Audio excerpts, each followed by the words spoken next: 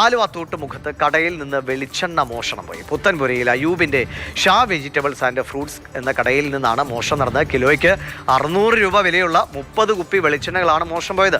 ശ്യാം പ്രസാദ് ഉത്തമൻ വിവരങ്ങളുമായിട്ടുണ്ട്. ഇതാണ് ആ മോഷണ ദൃശ്യം.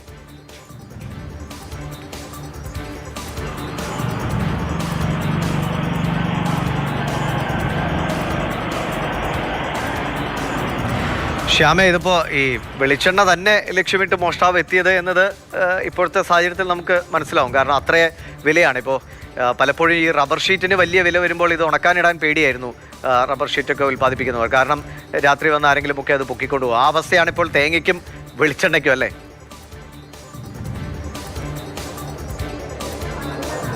ദിവിഷ, തീർച്ചയായിട്ടും അതെ. വെളിച്ചെണ്ണയ്ക്ക് ഇപ്പോൾ പൊന്നും വിലയായിട്ട് നിൽക്കുന്ന ഒരു സമയം കൂടിയാണ്. അതായത് നേരെ ഇരട്ടി വിലയാണ് ഇപ്പോൾ എല്ലായിടത്തും വെളിച്ചെണ്ണയുടേത്. അതുകൊണ്ടായിരിക്കാം ഒരുപക്ഷെ ഈ വെളിച്ചെണ്ണ തന്നെ ഇയാൾ മോഷ്ടിച്ചിട്ട് പോയത്. പക്ഷേ ഇയാളുടെ മോഷണ രീതി വളരെ വ്യത്യസ്തമാണ്. ആദ്യഘട്ടത്തിൽ ഇതിൻ്റെ പുറകുവശത്ത് വന്ന് കുഴി കുഴിച്ച് ഇതിലൂടെ അകത്ത് കടക്കാൻ ശ്രമിച്ചു. പക്ഷേ പറ്റാണ്ട് വന്നിട്ടാണ് പിന്നീട് പൂട്ട് പൊളിച്ച് അകത്ത് കയറി.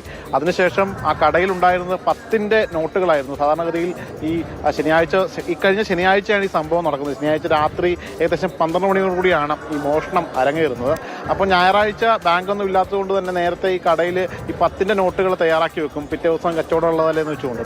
അങ്ങനെ ഏകദേശം 2000 രൂപയോളം വരുന്ന 10ൻ്റെ നോട്ടുകൾ അവിടെ നിന്ന് അടിച്ചു മാറ്റിയിട്ടുണ്ട്. കൂടാതെ ഈ ഏകദേശം 30ഓളം വരുന്ന പാക്കറ്റ് വെളിച്ചെണ്ണ കൊണ്ടുപോയി. അത് കൂടാണ്ട് സെപ്പറേറ്റ് വേറെയും ചാക്കിലാക്കി അവിടെ വെളിച്ചെണ്ണ വെച്ചിട്ടുണ്ട്. പക്ഷേ അത് അദ്ദേഹത്തിന് കൊണ്ടുപോകാൻ പറ്റിയില്ല എന്നാണ് നിലവിൽ ഈ കടയുടമ പറയുന്നത്. എന്തായാലും വെളിച്ചെണ്ണ മാത്രം ലക്ഷ്യമാക്കിയല്ല ഇയാൾ വന്നത്. അവിടെ ഉണ്ടായിരുന്ന കുറച്ച് പാല് എടുത്തുകൊണ്ട് പോയിട്ടുണ്ട്. കൂടാതെ ഒരു ആപ്പിള് കുറേയധികം കൊണ്ടുപോയിട്ടുണ്ട് എന്നും പറയുന്നു. നിലവിൽ ആലുവ ഈസ്റ്റ് പോലീസിൽ ഇത് സംബന്ധിച്ച് പരാതി നൽകിയിട്ടുണ്ട്. CCTV അയാളുടെ ദൃശ്യങ്ങൾ വ്യക്തമാണ്.